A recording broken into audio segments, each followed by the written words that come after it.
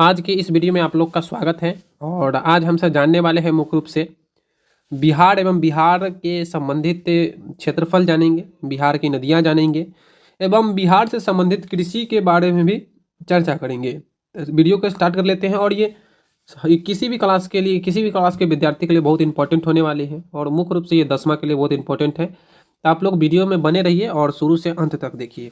चलिए तो वीडियो को स्टार्ट कर लेते हैं। देखिए आप तो जान रहे हैं, ये मेरा चैनल का नाम है, यूट्यूब है, यूट्यूब में पर देख रहे हैं आप लोग।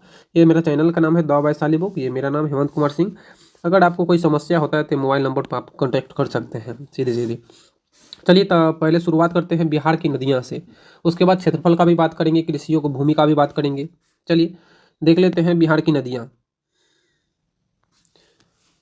दिशा वाइज जो है बिहार की नदियां को हम बांटे उत्तर दिशा में। देखिए बिहार के उत्तर में कौन कौन से उत्तर नदियां हैं, तो गंडक हो गया, बूढ़ी गंडक, बागमती, कोसी, कमला, बलान, महानंदा। हिमालय से आने के कारण ये सदाबहार होते हैं। ये सब नदियां जो है क्या बोलते हैं, ये सब सदाबहार नदी होते हैं। हिमालय से इसमें क्या आता है, पानी आता है, इसके लिए सदाबहार नदी इसको बोला जाता है। क्यों बोला जाता है, कहा कि इस नदी में सालों भर जो है पानी जो है हमेशा रहती है, इसलिए सदाबहार नदी बोला जाता है। चलिए दक्षिण बिहार की नदियां देखेंगे तो सोन हो गया, फल्गु, पुनपुन, चानन, चीर। ग्रीष्मकालीन नदी है। यह बरसाती नदियां हैं, यानी कि यह ग्रीष्मकालीन है। जब जब वर्षा होती है तब इसमें क्या, इस सब नदियां में पानी रहती है, अन्यथा पानी सूख जाती है। तो ये दक्षिण बिहार की नदियां हो गई। चलिए अब पूर्वी भारत की नदी देख लेते हैं। देखिए पूर्व से पश्चिम, यानी कि पश्चिम से पूर्व की ओर बहने वाली नदी तो गंगा नदी है, जो बिहार की सबसे प्रमुख नदी माना जाता है और भारत के भी सबसे प्रमुख नदी है। कौन नदी, तो गंगा नदी। चलिए देखिए अब इसका अगर विस्तार की बात करेंगे तो ये 2525 किलोमीटर है। और इसका बात करेंगे लेकिन ये 2525 किलोमीटर इसको ही बोला जाता है, ये गंगा नदी। लेकिन कभी कभी ये भी थोड़ा सा बढ़ भी जाती है। अब देखिए बिहार के कृषि के ऊपर आपसे बात करेंगे।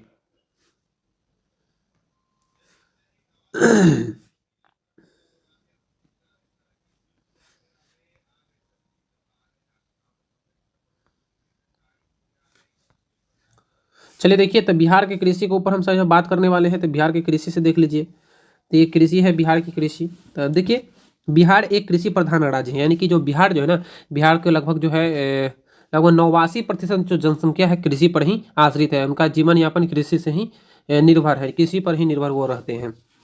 तब भी ये क्या है, बिहार में जो कृषि है पिछड़ी हुई अवस्था में है। देखिए बिहार का क्षेत्रफल देखिए कितना है, तो 94,163 लाख वर्ग किलोमीटर। कितना है, तो 94,163 लाख वर्ग किलोमीटर है। अगला देख लेते हैं कृषि योग्य भूमि। तो 2011 से 12 का डेटा देख लेते हैं। तो बावन लाख भूमि पर खेती की गई थी, यानी कि 2011 से 10 से 11 ईस्वी में लगभग 52.79 लाख भूमि पर क्या कर गए थे, खेती की गई थी। लेकिन उस समय भूमि कितना अवेलेबल था, तो उस समय जो भूमि था 72 लाख जो है भूमि अवेलेबल था, यानी कि कृषि योग्य भूमि थी। लेकिन खेती कितना पर किया गया था, 52.79% पर खेती किया गया।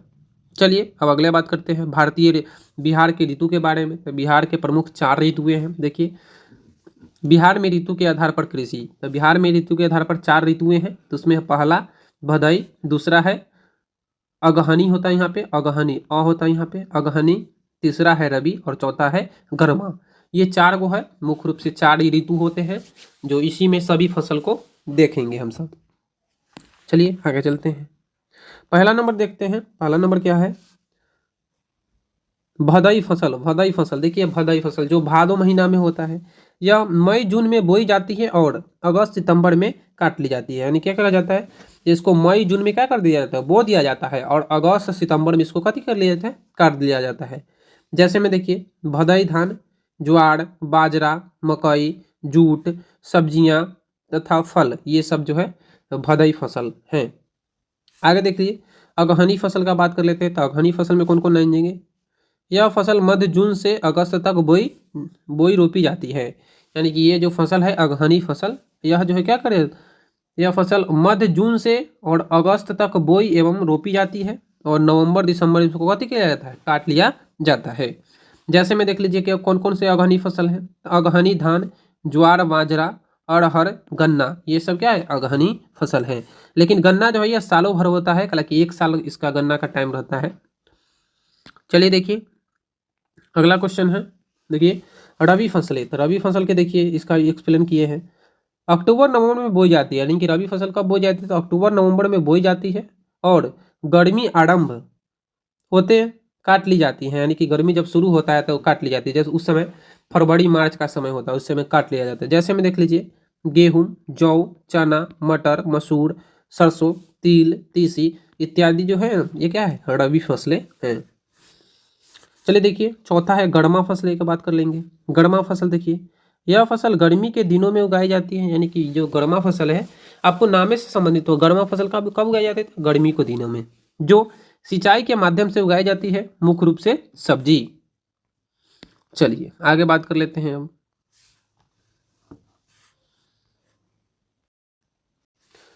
देखिए बिहार के प्रमुख खाद्य फसल वाले जिला, यानी कि बिहार के किन किन जिला में सबसे अधिक जो है कौन कौन सी फसलें उगाई जाती है। तो देखिए खाद्य फसल पहले देख लेते हैं कौन कौन है। धान, गेहूं, जौ, मकई, दलहन, तिलहन, गन्ना, सब्जी, फल इत्यादि जो है बिहार के मुख्य खाद्य फसल हैं। पहला का देख लेते हैं धान। धान का मुख्य उत्पादक क्षेत्र उत्तर का मैदानी भाग है, यानी कि धान का जो मुख्य रूप से उत्पादन होता है उत्तर बिहार के उत्तर के मैदानी क्षेत्र है, जिसमें अधिक सिंचाई की आवश्यकता होती है। और धान की खेती के लिए क्या अधिक सिंचाई की आवश्यकता होती है। अधिक उत्पादक वाले जो जिला है वो देख लीजिए बिहार के पश्चिमी चंपारण, रोहतास, औरंगाबाद, बक्सर, भोजपुर प्रमुख धान उत्पादक जिले हैं जो बिहार में है। चल लेते हैं अब देख लेते हैं गेहूं के बारे में। गेहूं का मुख्य उत्पादक क्षेत्र में उत्तर मैदानी भाग ही है, यानी कि गेहूं का जो मुख्य उत्पादक क्षेत्र क्या है, उत्तर के मैदानी, बिहार के उत्तर मैदानी भाग है।